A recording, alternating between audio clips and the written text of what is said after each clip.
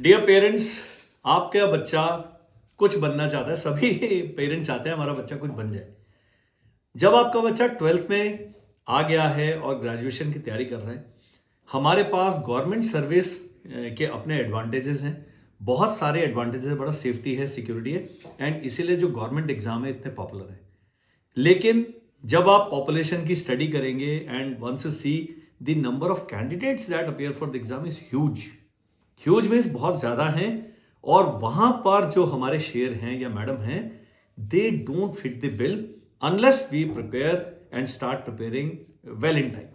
तो इस वीडियो में मैं बात करूंगा कि आपने अपने बच्चे के लिए करियर का चुनाव करना है तो किस प्रकार से क्या क्या सही स्टेप्स लेने हैं जिससे आपकी जो खर्च है वो कम आएगा, आपके समय का सदुपयोग होगा, आपका जो सक्सेस के चांसेस बढ़ जाएंगे और आपका जो हार्ट बर्न है और जो फ्रस्ट्रेशन लेवल है वो कम हो जाएगा।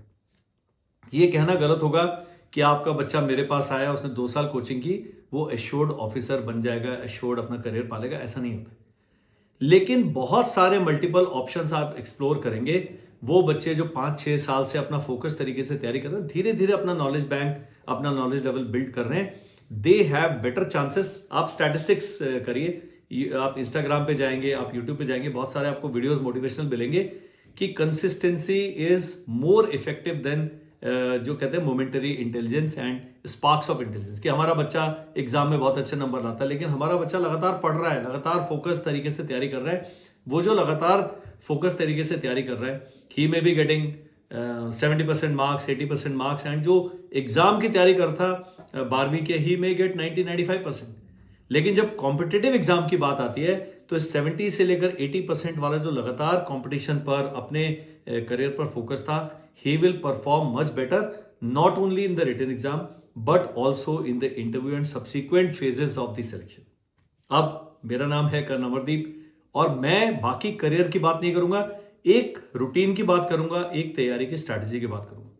सबसे पहले समय दीजिए। सब बच्चों की लर्निंग एबिलिटी अलग अलग है और हमारे पास क्या होता है, हम शॉर्टकट ढूंढते हैं कि जब बच्चा मेरा 11वीं में आएगा तब मैं इसको कोचिंग के लिए भेज दूंगा, because that is the easiest solution available. मेरा जो इंस्टीट्यूट है, यहाँ पे एनडीए के बच्चे आते हैं, सीडीएस के लिए आएंगे, एसएसबी के लिए आएंगे, और सैनिक स्कूल आरएमसी में तो हम स्पेशलिस्ट हैं। The surprising thing is that these children come blank, so much so कि उन्हें पता ही नहीं है कि मेरा सिलेबस क्या है, सो मच सो उन्हें पता ही नहीं है कि पेपर पैटर्न क्या है, सो मच सो कि उन्हें और उनके पेरेंट्स को नहीं पता है कि हमारा बच्चे के पास कितने अटेम्प्ट्स हैं, क्या डॉक्यूमेंट्स लगेंगे। अभी सैनिक स्कूल का फॉर्म भरा गया है, बहुत सारे पेरेंट्स हैं, इनके पास डोमिसाइल सर्टिफिकेट ही नहीं है। आप मेरा आज से 4 साल पुराना भी वीडियो देखेंगे, basic date of birth certificate, domicile certificate, caste certificate आवश्यक हैं। और सैनिक स्कूल का एग्जाम बहुत सिंपल है क्योंकि इसमें नेगेटिव मार्किंग नहीं होती। जैसे हम एनडीए में जाते हैं, एफकैट में जाते हैं, सीडीएस में जाते हैं, नेगेटिव मार्किंग होती है।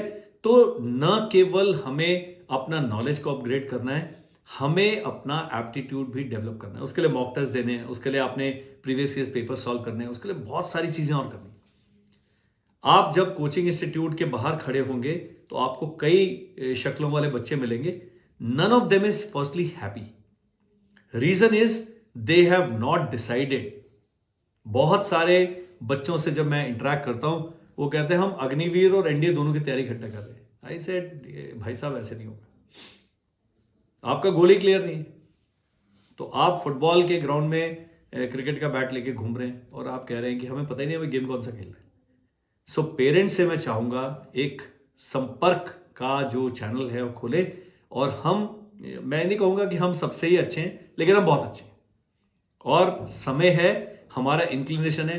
हमारे वीडियोस बनाने का कोई उद्देश्य नहीं है कि आप आए, हमसे कोर्स खरीदें, हमें पैसे दें, वो बात की बात है। पर पहले एक ऑनेस्ट एडवाइस तो लीजिए। मैंने एनडीए ज्वाइन किया 1989 में, 1 साल का ड्रॉप लेने के बाद। वो 1 साल की बड़ी कहानी है। मैंने कैसे तैयारी की, उस समय तो इंटरनेट था ही नहीं, आया भी नहीं, सोचा भी नहीं था। धारपा वारपा को पता था कि इंटरनेट है और वो उतने भी चल रहा था, उसके अलावा internet was not there. So what is the right strategy, ये आपको अभी से तय करना है। आपका बच्चा अभी 8वीं में था, उसने 9th का सैनिक स्कूल का एग्जाम दिया, मिलिट्री स्कूल का एग्जाम दिया, नहीं निकला, कोई बात नहीं। अब क्या करते हैं, छोड़ देते हैं कि आप 10वीं के बाद करेंगे, जो भी करेंगे। वही सबसे पहले आप गलती करते हैं। तो सबसे पहला है कि जब कंपटीशन का आपने टेम्पो बना लिया है, इस टेम्पो को कम नहीं करना है। That is point number 1। फिर इंटरव्यू जो भी होंगे, आप सिविल सर्विसेज के लिए जाएंगे, आप एनडीए के लिए जाएंगे, आप बाकी सीडीएस वीडीएस के लिए जाएंगे, इंटरव्यू की लैंग्वेज जो मोड ऑफ कम्युनिकेशन है वो इंग्लिश है। तो स्पोकन इंग्लिश का आप कोर्स कीजिए, स्पोकन इंग्लिश ही वो करिए। ये एक एक्वायर्ड ट्रेट है। मैं नहीं कह रहा कि आप अपनी भाषा, मातृभाषा, राष्ट्रभाषा छोड़ के हिंदी के इंग्लिश के पीछे भागें, लेकिन तैयारी तो करें। मेरे पास जब एसएसबी के लिए बच्चे आते हैं, दे आर नॉट, और अभी है सर एसएसबी क्या हम हिंदी में दे सकते हैं यार, ये सेलेक्ट नहीं हो गया। तो these are hard facts, hard hitting facts हैं। बहुत सारे उसके कारण हैं कि क्यों एक भाषा में उस इंटरव्यू को लिया जाता है। हम उसको चैलेंज नहीं करेंगे। आर्मी में कहावत होती है, डोंट फाइट दी वाइट्स, जो वाइट्स है उससे लड़ाई मत करो।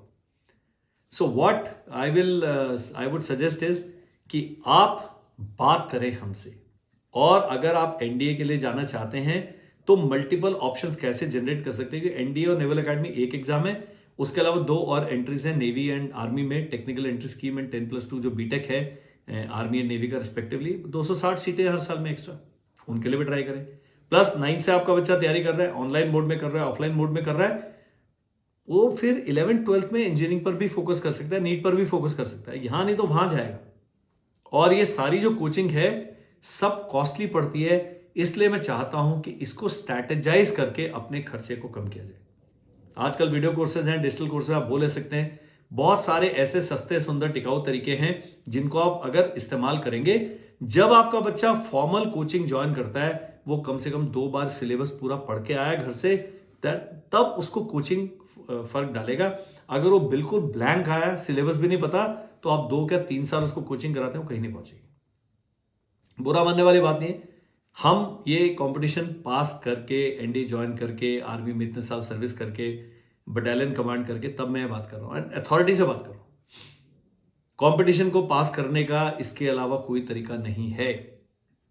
तो जब फिजिक्स का हम पढ़ रहे थे तो कहा है कि पानी को वेपर में कन्वर्ट करने के 2 तरीके, एक तो उबालिए, जो आप सब करते हैं कि बच्चा 11वीं में आया, उसको उबालते उबालते इतना उस पर प्रेशर लगा देते हैं वो वेपर में कन्वर्ट हो जाएगा। और दूसरा है, जैसे आपके घर में पोछा आप लगाते हैं तो पानी फैलाते हैं, लेकिन सरफेस एरिया बढ़ने से वो अपने आप वेपर में कन्वर्ट हो जाता है without reaching the boiling point. तो ये बड़ा अच्छा सिद्धांत है कि आप ज़्यादा समय में वही सिलेबस करेंगे तो वो आप अपना गोल भी अचीव कर पाएंगे, बच्चा स्ट्रेस में नहीं आएगा, आप बिना प्रेशर के कम खर्च में तैयारी कर पाएंगे।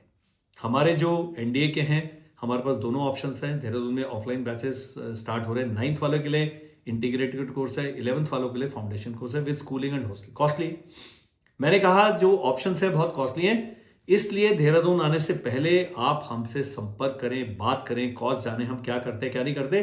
और जब देहरादून आते हैं तो हमारे अलावा बाकी भी इंस्टीट्यूट की रिसर्च करके हैं, क्या पता हमसे अच्छा कोई मिल जाए, वहां डाल दो। हम कभी भी ये नहीं कहेंगे कि हम अंतिम ऑप्शन हैं, लेकिन मैंने कहा हम सबसे अच्छे हैं, लेकिन बहुत अच्छे हैं, काफी अच्छे हैं, because we are honest, we are transparent and we are the institute that delivers. मैंने अगर 100 क्लास बोलता हूं तो मैं 110 कंडक्ट करूंगा, 99 भी नहीं होगा।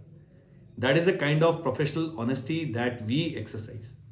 हम चाहते हैं पेरेंट्स, बिफोर, मैं हर एक को बोलता हूं, मैं बिजनेस का लेक्चर देता हूं कि आप पहली पेनी कमिट करें, पहला रुपया खर्च करें, उससे पहले रेकी एंड प्लानिंग में 3 महीने, 4 महीने, 5, 6 महीने, 1 साल लगा दें। सारी जानकारी, सारा डेटा ओपन सोर्स है, मोबाइल पे, इंटरनेट पे सब अवेलेबल है।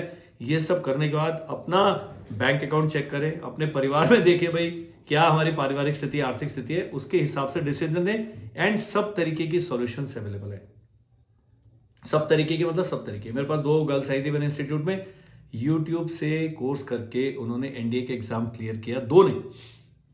एक रहने वाली है विकासनगर की, दूसरी बागपत की। ये नहीं कि कोई बैंगलोर दिल्ली से आएंगे। तो अगर वो बच्चियां कर सकती हैं तो कोई भी बच्चा कर सकता है। पर आप बात नहीं करेंगे तो फिर आपका बच्चा आपसे पैसे लेके देहरादून घूमेगा, फिर वो इधर चाट भी खाएगा, थोड़े दोस्तियां भी करेगा, ये सब करेगा। This is what is happening in all the institutes. कहीं पर भी कोचिंग में, कोटा में भी है या जहां पर भी है, बहुत सारे आप सुसाइड के भी केसेस सुनते हैं। Most of them are not professional this thing. ये नहीं कि मार्क्स कमाए तो बंदा वो कर गया, उनके बहुत सारे और पर्सनल लाइफ में अटैचमेंट डिटैचमेंट चल रहे होते हैं which are psychologically affecting your child. तो इन सब से बचा जा सकता है यदि आप बात करते हैं। तो बात करने के लिए मैं एक व्यक्ति हूं, मेरे अलावा मेरे से बहुत ज्यादा क्वालिफाइड बहुत सारे व्यक्ति हैं। आप किसी भी नियरेस्ट जो आपको पसंद आते हैं आप उनसे बात अवश्य करें। और बिल्कुल इसमें कोई शर्माने की बात नहीं, जो बच्चे हैं वो कॉमन है, जो आपके बच्चे हमारे भी बच्चे, ये देश का भविष्य है। हम सब मिलकर अगर अपनी एनर्जीज लगाएंगे तो आई एम श्योर कि हमारे बच्चे they will find their desired goal in due course of time. जल्दी ना करें, ओवर एक्सपेक्टेशन ना करें, अपनी आकांक्षाओं का, अपेक्षाओं का बोझ अपने बच्चे पर मत डालें, उनको एक नॉर्मल लाइफ जीने दें और उनको यूटिलिटी बताएं कि धीरे धीरे धीरे करते करत करत अभ्यास थे, जो इतना सुंदर दोहा है, तो आपका बच्चा भी सुजान बन जाएगा। मेरा ये जो वक्तव्य है, this is opening of a dialogue.